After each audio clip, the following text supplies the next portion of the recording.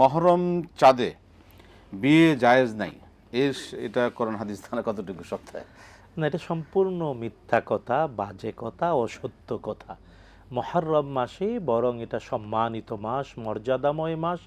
এই মাসে বিবাহের বন্ধন বা বিবাহ শাদী আরও উত্তম, আরও উত্তম। এটা কেবল কারবালার সুখের সাথে মিলিয়ে লোকজন এটা বলে, কিন্তু অনেকেই জানে না আল কোরআন আল কারীমে আল্লাহ সুবহানাহু ওয়া তাআলা মুহররম মাসের আশুরা বা 10ই মুহররমকে নাজাত বা মুক্তি, ফেরাউন মুসা আলাইহিসসালামকে ধাওয়া করলো আর লোহিত সাগরের সুয়েজ উপসাগরে তার দলবল সৈন্য সামন্ত সহ ডুবে মারা গেল, এটা ছিল 10ই মুহররমে, এটা নাজাত দিবস।